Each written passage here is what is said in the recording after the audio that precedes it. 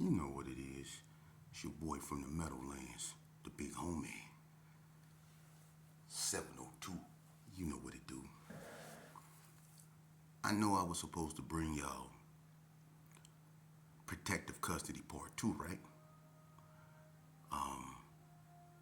And I am. First off, let me start by saying salute to DJ FOS, Vegas Hype. If you missed the podcast, go check it out. Real good brother, bringing exposure to Vegas, giving history people probably know of. And I salute that brother for giving me a platform to express myself. And, hopefully we can get back together and do it again and expand on what we already started. I look forward to that. But I'm bringing you this because somebody said, and I'm not going to even mention your name because I see what a lot of you guys be doing. You clout chasing. You say stuff to get me riled up. You think you get me riled up, and then you want me to address you, to say your name. I'm not doing that. See, I'm going to beat you how I'm going to beat you by not even acknowledging your name. But what I will do is acknowledge what you said. Because, see, if it is people that think like you, I'm finna nip that in the bud right now. Now, what you said was that gangbanging didn't kick back up when L got killed at the Comfort Inn. You say people were already gangbanging, right? Well, let's take a look at it since you was there. That's what an emphasis on since you was there. Okay? First of all, when L got killed at the Comfort Inn, all right? Yeah, people were banging.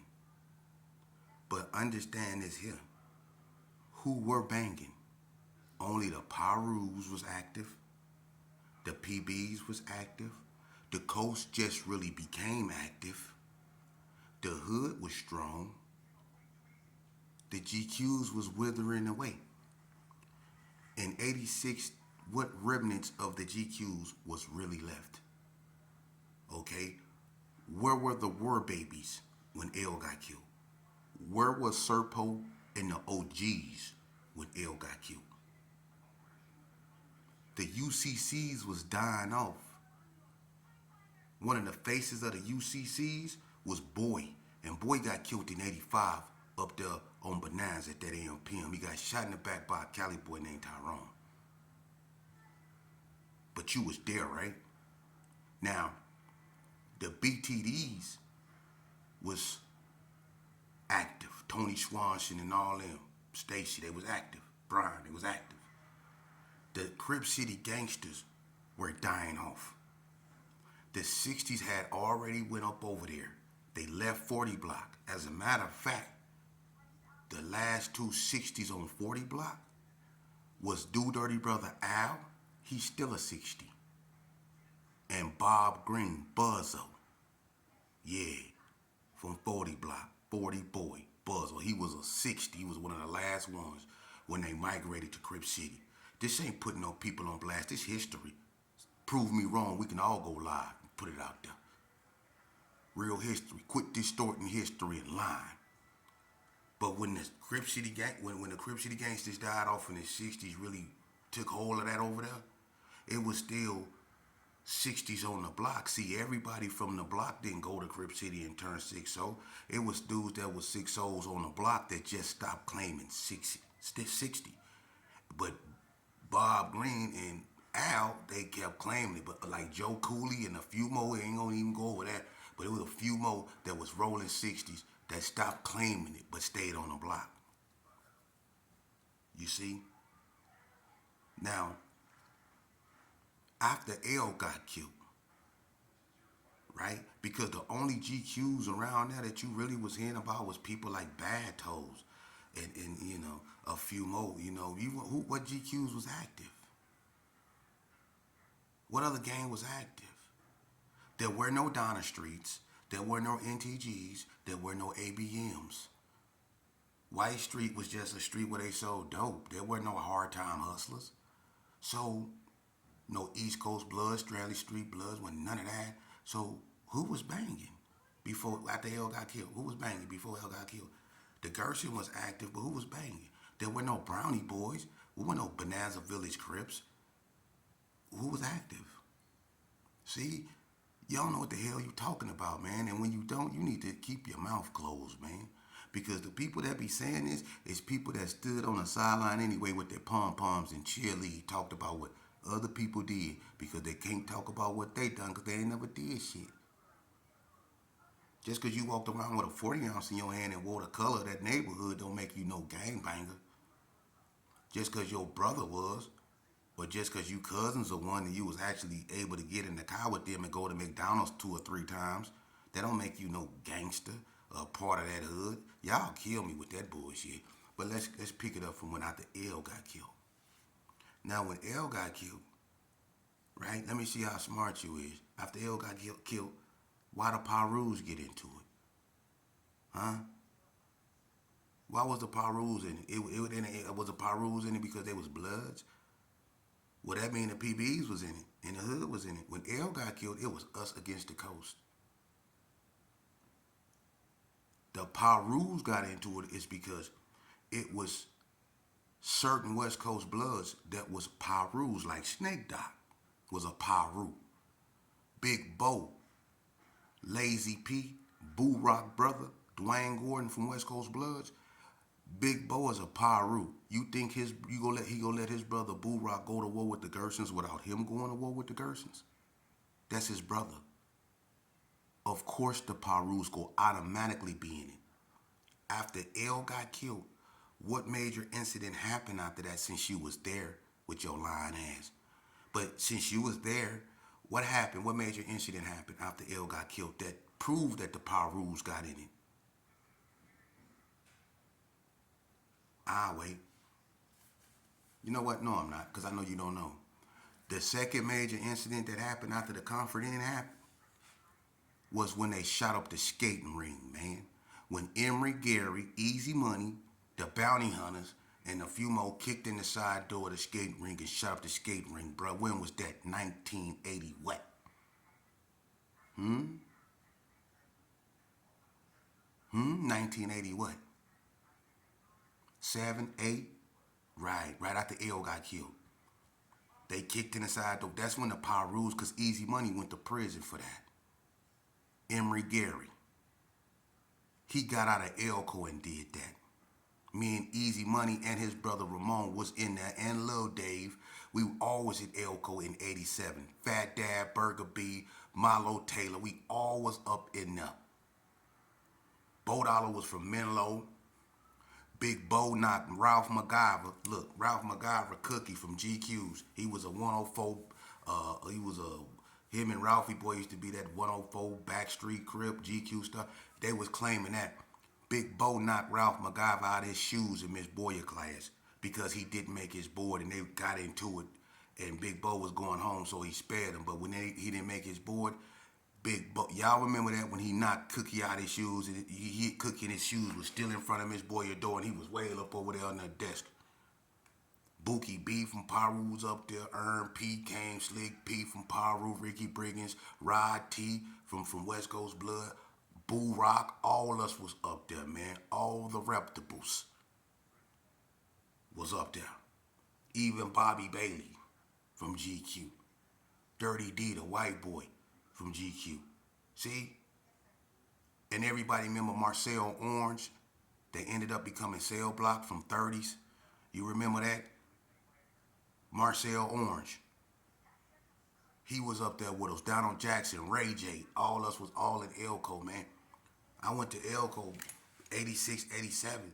So what the hell is you talking about? There wasn't no Donna Streets or nothing. Now, after the skating ring got shot up, since you was there, you know, get you a shirt that say I was there. I didn't participate, but I was there.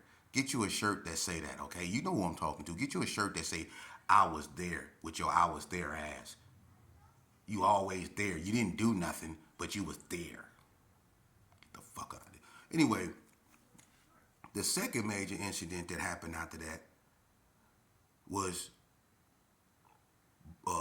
Tim from Vegas Heights got killed by Mark McElmo. Who else got killed after L? It was a bunch of shooting. People got shot. Like when Lamont Page got shot in the ass when Colors came out. When Lamont Page got shot in the butt up there at the movie theater. Scarface from West Coast Bloods got shot, but who got killed? See, there was no killings after L got killed immediately. There was no killings. Tim from UCC got killed by Mark McElmo. Okay, and then the other incident was internal. All right, and that's when the Donna Streets just started coming out, and that's Fuji. Fuji died. See, y'all know what the hell y'all talking about. Wasn't no 60s dead. Wasn't no West Coast Bloods dead. No Paru's dead. No Hood dead. Wasn't nobody dead but them I just named. So what the hell is you talking about, boy? See, and after that incident, the incident that shook it up after that was when Boo Boo Swanson got killed. See? And that's right after the Donna Streets came out. And the Donna Streets came out, and I'm going to tell you exactly when they came out. The Donna Streets came out 88, 1988. The Donna Street Crips came out, 1988. Early 1988. The Donnas came out. They was not out in 87. They was not out in 87. The first Donna Street Crip to come to Elko was Dante Williams. Tater Chips. He was the first one that ever came to Elko. And Dante came in 88. There were no Donna Streets in 87, so don't lie. There was none. Don't do that. They came out in 88. Now, after Boo Boo got killed, all hell broke loose. All hell broke loose. Because now the Donnas, which was a gang that came and exploded and y'all know what happened when the Donnas came out. I did from the ground up, the rise of the Donna Street Crips. They was ferocious. Y'all know. They was busting. And another thing, to all y'all so-called I was theirs, what was the most common gat we carried? Do you know? What was the most common gat? It wasn't a 9. The most common gat anybody had back then was a 357. From any hood, ask anybody, the most common gat that we all had back during them days when it was the most active was a 357 or a gauge. Now you had people with 4.5s, 9s, and all that. You did, but the most common gun you seen, some people will say a 38. Yeah, but everybody that was somebody didn't have a 357. Am I lying? Or a gauge. Am I lying? People had 380s, people didn't have, all kinds. But the most common gun you seen every day, and then sometimes it only had 3 bullets, 1 bullet, 2 bullets. You know how it be. You have it in the paper bag and on the ground while y'all doing what y'all doing, you know what I'm saying, scrunched up, whatever, 5.7. And like the Donna Street say, a 4.7. They used to kill me with that. Hey man, what's that? A 4.7? And the way they said, a 4.7. God damn, everything got to be Donna. Did you?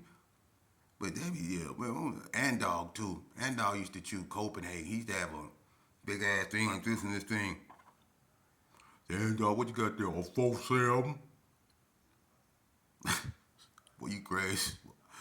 That dog and Baby C, man, respected him, man. Before everything went bad, that dog was one of the craziest youngsters I ever met on Donna. Burnt all the trees up down there. You remember you burnt all the trees over there in the townhouse and stuff, that dog?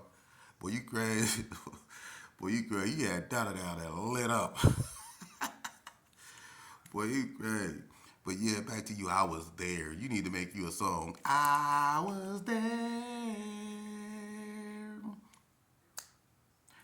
I was there whenever you shot. I was there, but I did not participate. Oh, bust ass. Anyway, yeah, for you, I was there, ass nigga. And then another thing, for you weirdos that think you be antagonizing me when y'all put little stuff up there like I do, listen, I represent all sides. North, South, I'm sorry, not South. North, East, and West. I don't represent Henderson on me. No disrespect, but to like I said, I don't know nothing about no Henderson Halls. I remember when they came out, the Highland Village Crips and all that, but to me, it's the Los Hermanos, homie. If you, I'm a Los Hermanos. All that other, whatever that was, it is what it is. Los Hermanos, I know them. I know Sniper, I know Tiny, I know Stranger, I know Eddie Salinas, Diablo. I know the Los Hermanos. I don't know that other stuff. But maybe y'all do. And that's when y'all come in, y'all can tell y'all story, because I know nothing of the Pueblos. I know nothing of Dogtown, is that what y'all called it? None of that exists when I was on the street. So I don't know none of that, you know? And a lot of people get it misconstrued about my mission, man. My mission isn't to sit up here and just talk about gang stuff and see Vegas. People that's from Vegas know our history is so rich. It's more than just about banging, man. What I'm doing is getting that all out the way because people is not they not chronicalizing it right. And there's a lot of people that's dead and gone. They can't even tell their stories. So we gonna leave it up to people that wasn't even here, that's not even from this state, or to these people out here that's burnt out, that don't even know who the hell they is. We gonna leave it up to people that wasn't even active. Come on, man. Let's keep it real. And these youngsters out here hollering about they this and they that and don't even know what that really is about, man. And what they need to be talked about and what need to be instilled in them is that they need to be them damn selves. To hell with all this other stuff, because as we know from doing it, what it led to and what it did to us, none of us can say, I want to benefit from being a gangbanger. Can none of us do that. We can only say, I got post-traumatic stress syndrome, or I suffer from bipolarism, or I'm schizophrenic, or I'm just a klepto. And then you got those that's just all the above. But you're never gonna find nobody that's gonna say, I really benefit from being in the gang, man. I've been in the gang. You're not. You're gonna end up like me, a remnant of what used to be. That's all I am. A relic of unfortunate circumstances. Now, one more thing. Let me say this. Y'all remember that wall that was by EOB? And that wall, it said, let me show y'all good. That wall, it had ARD. When you first walked, by the wall, it started off from Belzar side. It said, I don't know why, ARD. That's Pee Wee brother, ARD. The pop lock and ARD. Everybody remember ARD and the keyboards, him and Pee Wee. Okay, ARD. All right. When you get to the middle, you had the skull and crossbones, right? Right next to it, it was BWS, and then on the other side was GPK. The names you had on that wall was Gus, Dirty Rob, and Kenny Mack. And then you had guns that was spray painted on that wall by that. The GPK, you know what that stands for, right? But what do the BWS stand for?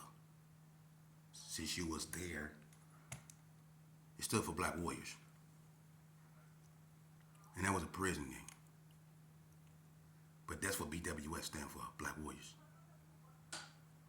Now, when you go down to the end of the wall, what was on the end, the very end? It was Rolling 60 Crip City Graffiti. Letting everybody know their presence was there too. At the end of that wall, it was Crip City Rolling 60 writing on that wall for years. And we fought the CCGs in that same desert. See? Before the gunplay, but you was there. It was the 40 blocks when they came out that went down there and crossed all of it out. The 40 blocks.